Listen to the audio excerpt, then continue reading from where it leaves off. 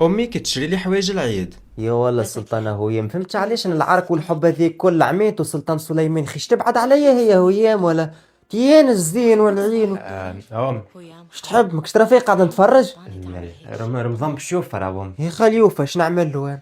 ها جبتش. العيد جاي معناها فهمتي يا العيد جاي. هاي ايش معناه نقوم اغني لك العيد فرحة. ليه يا امي برج ولا من الاخر نحب حوايج العيد. حوايج عيد. عمرك 21 تلوج على حوايج العيد. بالعمر حوايج مش لازم ام. هاي يا بابا فدلك معاك تو هكا تو امك تنسي لك حوايج العيد متاعك. والله كنت عارفك تفدلك وما تخلينيش. هي وينهم؟ اي بابا خبيتها لك لهنا خاطرك كنت عارفه باش تقول لي وينهم حوايجي. برا ادخل قيس وجوارني. والله جو هاي دقيقة برك. ام اوه شه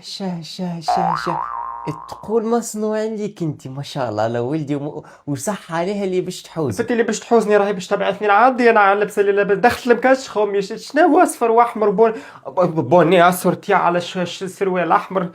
حتى كان جاي تشالش نقعد خارج بها هكا انا. مش لازم نعيط وام.